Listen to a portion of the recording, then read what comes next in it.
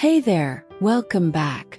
It's so nice to see you again in our calm little space of stories and soft dreams. Here we share relaxing tales to slow your heart and ease your mind. If you love peaceful nights and gentle words, don't forget to subscribe and stay close. There's always another story waiting for you. The Slow Tide, a healing fiction novel. Chapter 5, Color Theory. The week after the storm, something shifted in Maya. Not dramatically. Healing didn't work that way, she was learning. But subtly, like the way light changed throughout the day. Almost imperceptible until you looked up and realized afternoon had become evening. She'd been in Thornberry Bay for 10 days now. And for the first time, she didn't wake up with the urge to leave. Didn't spend her morning calculating how much work she'd be behind on if she went back.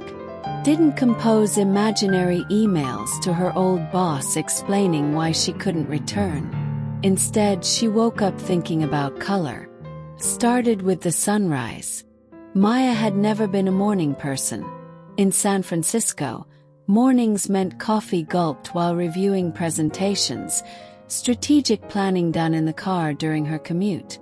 But here, with nothing demanding her attention, she'd found herself waking earlier and earlier, drawn to the window by the changing light. This morning the sky was performing. Bands of pink and orange layered across the horizon, reflecting off the water in shades she couldn't name. Not just pink, rose gold, coral, something between peach and amber. The clouds were edged in purple, and where they thinned, the sky beyond was the pale blue of sea glass. Maya stood at the window with her coffee, watching the colors deepen and shift, and thought, I want to paint this. Not photograph it. Not describe it. Paint it. The urge surprised her with its intensity. Her first painting had been therapeutic, a way to quiet her mind. But this felt different. This felt like genuine desire, the kind she hadn't experienced about anything in years. Not obligation, not ambition, just pure want. She grabbed the supplies from Sienna's shop and set up by the window, working quickly to capture the colors before they changed. Her hands remembered things her mind had forgotten. How to mix tones, how to layer transparently, how to suggest rather than render. The painting emerged rough and immediate, more about feeling than accuracy. When the sun finally cleared the horizon and the spectacular colors faded into ordinary daylight, Maya stepped back and looked at what she'd created. It wasn't good exactly. The proportions were off, the technique amateur. But it was alive. It captured something true about the morning. About the way beauty could ambush you when you were paying attention. She felt breathless, exhilarated in a way that reminded her of being 22 and staying up all night working on a design project. Not because it was due, but because she couldn't stop, didn't want to stop, was too excited about what she was making to sleep. When did I lose this? She wondered. This joy in making things. She knew the answer. Somewhere between junior designer and creative director, between proving herself and being proven, creation had become production. Art had become assets. And joy had become a luxury she couldn't afford. That afternoon, Maya found herself back at Sienna's shop, drawn by an impulse she didn't fully understand. The bell chimed as she entered, and Sienna looked up from behind the counter where she was sketching something in a large notebook. Maya, twice in 1 week. I'm starting to think you actually like art. Sienna's grin was warm. Or you're avoiding something. Both are valid. I painted the sunrise this morning. And I loved it. Like really loved it. The way I used to love making things before it became my job. Maya wandered over to a display of oil paints, running her fingers over the tubes. I forgot that creating something could feel like this. Not stressful. Just joyful. Sienna set down her pencil, her expression softening with understanding. That's the thing they don't tell you when you turn your passion into a career. That monetizing your art can kill the very thing that made you love it. Suddenly it's not about the joy of making. It's about client approval and deadlines and whether it's good enough to sell. How do you deal with that? You sell your work. Badly most days. Sienna laughed. But I've learned to protect the sacred part. I paint things I'll never sell. I keep sketchbooks no one ever sees. I give myself permission to make ugly, failed, pointless art just because I want to. That's the stuff that keeps me alive. The selling is just how I pay rent. Maya thought about her years in corporate design, where every pixel had been scrutinized, every color choice justified, every concept measured against market research and focus groups. She'd been good at it, but had she ever loved it? Or had she just loved being good at something? I don't know if I can go back, Maya said quietly. To that world. To making things that have to be perfect and profitable and pleasing to people who don't actually care about the work, just the results. Then don't. It's not that simple. I have savings but not forever. Eventually I'll need to work. And design is what I know. Design is what you know how to do for corporations, Sienna corrected gently. But there are other ways to design. Freelance for small businesses you actually believe in. Make art just to make it and trust that the money will figure itself out somehow. Pause. Or do something completely different. You're not trapped by your past choices, you know. You're only 37. 36. Even better. You have decades to reinvent yourself. Multiple times if you want. Sienna pulled out a fresh canvas from behind the counter. Here. On the house. Paint something else. Something that scares you or excites you or confuses you. Just paint. We'll worry about the rest later.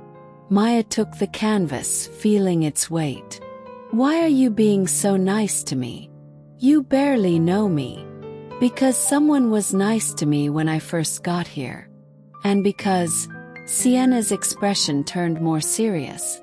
I recognized the look of someone standing at a crossroads, terrified of choosing wrong. I've been there. Hell, some days I'm still there. The least I can do is make sure you have enough paint to work through it. Maya carried the canvas back to the inn, along with a few more tubes of paint and a better set of brushes that Sienna had insisted she needed. The afternoon was clear and cold, the kind of weather that made everything look sharp-edged and vivid. She walked slowly, noticing things. The way rust patterns on a metal fence created abstract compositions, the color of lichen on a stone wall, the particular shade of green in the algae-covered rocks near the beach. She was seeing differently now. Not as a designer evaluating visual hierarchy and brand consistency, but as an artist simply witnessing color and form for their own sake. It felt like removing glasses she didn't know she'd been wearing.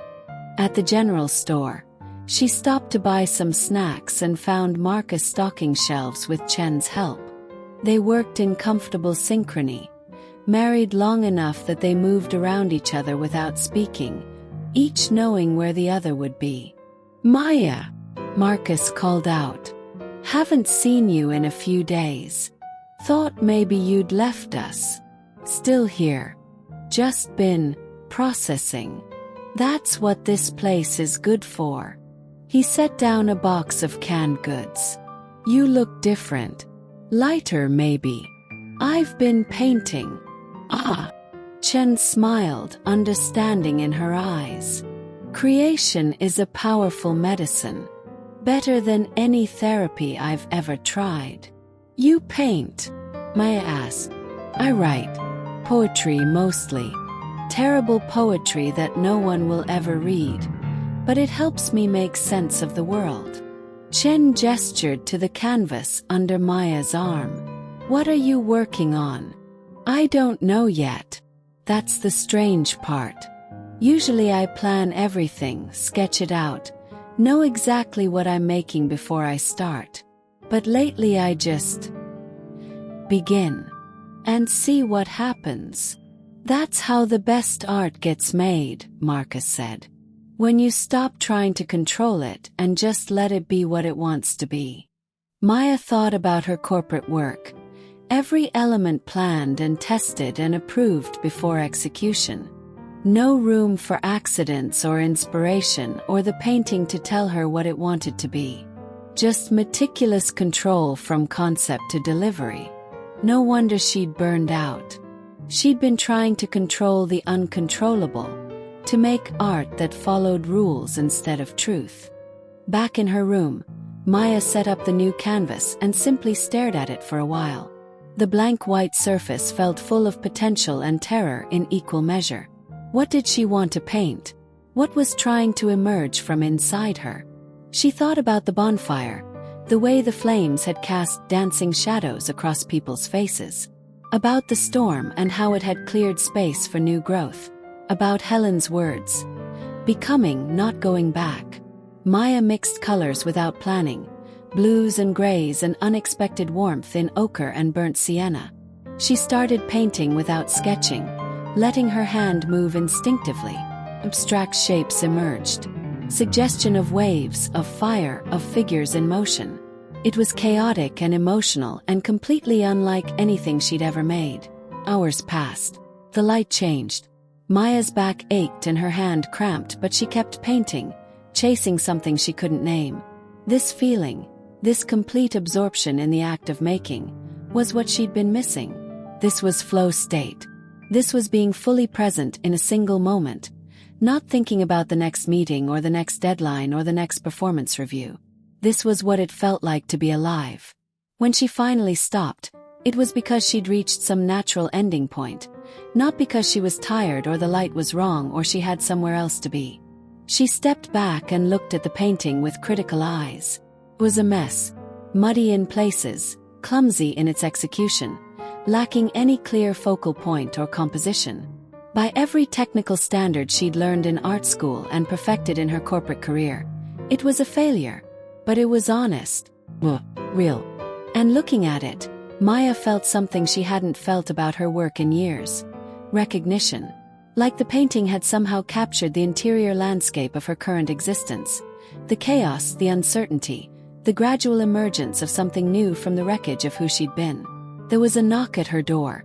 Maya wiped her paint-stained hands on a rag and opened it to find Helen holding a plate of dinner, roasted chicken and vegetables.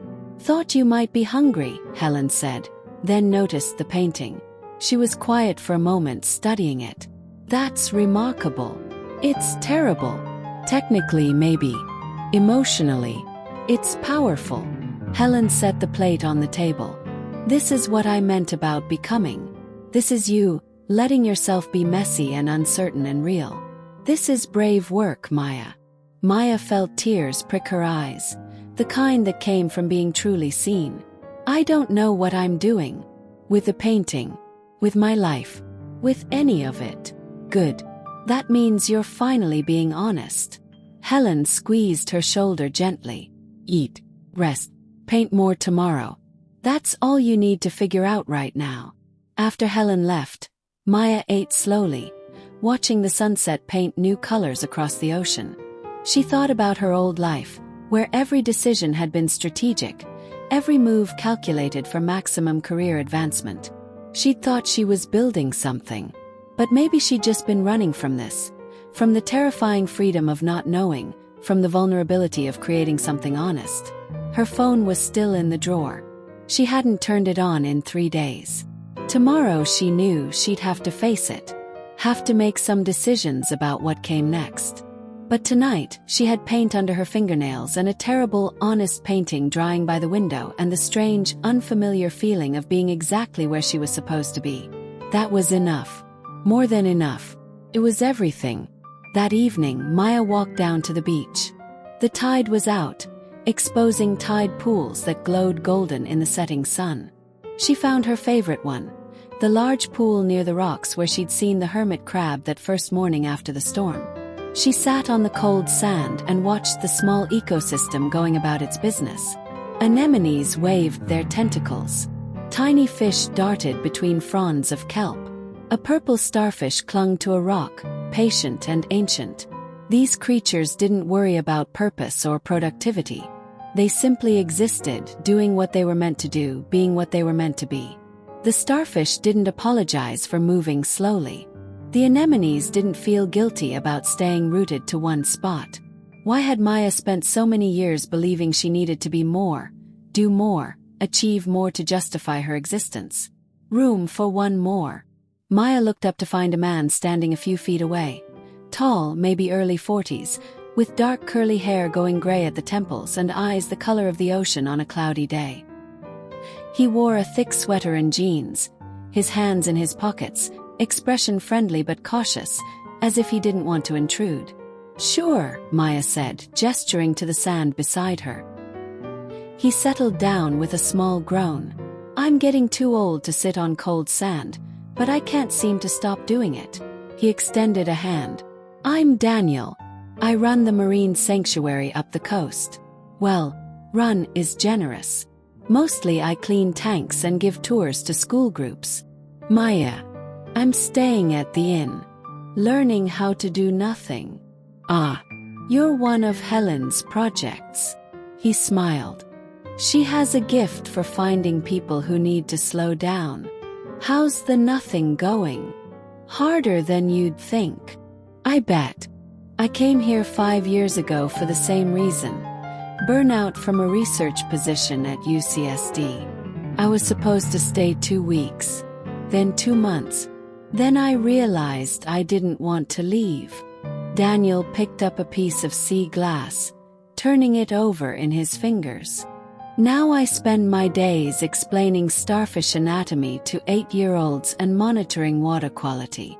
It's not prestigious, but it's real. Maya watched a tiny crab scuttle across the bottom of the tide pool. Do you miss it? The research. The important work. Sometimes. But then I remember what important work cost me. My marriage. My health. My ability to sleep through the night without anxiety medication. He placed the sea glass back where he'd found it. I used to think that if my work wasn't changing the world, it wasn't worth doing.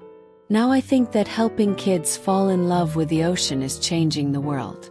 Just slowly, quietly, one child at a time. They sat in silence, watching the tide pool. Maya felt comfortable with him in a way she rarely felt comfortable with people. No need to perform or impress or prove herself. Just 2 people who'd survived their own ambitions, sitting on a beach at sunset.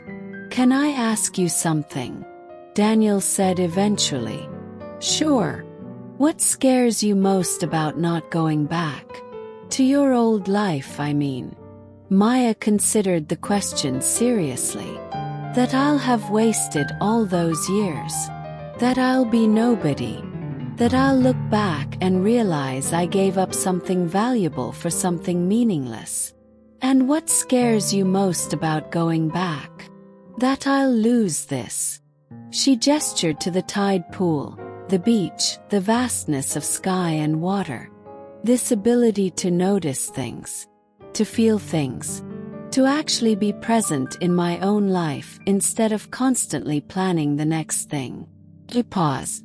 That I'll become that person again, the one who was so busy achieving she forgot to live. Then you already know your answer. It's not that simple. Have to eat, pay bills, have a life. You'll figure it out. But maybe, Daniel stood, brushing sand from his jeans. Maybe you start by asking what kind of life you actually want, instead of what kind of life you think you're supposed to want. Those are very different questions. He walked away down the beach, leaving Maya with the tide pool and the fading light and the question she'd been avoiding since she arrived. What do I actually want? Not what would make her mother proud. Not what would impress her former colleagues. Not what looked good on paper. What did Maya want? For herself.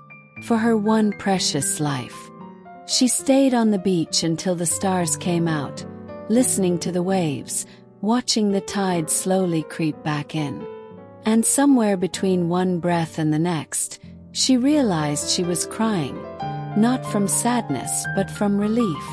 Because for the first time in years, maybe her entire adult life, she was asking herself the right question. She didn't have the answer yet. But at least now she knew what she was searching for. That felt like progress. Small, quiet, enormous progress.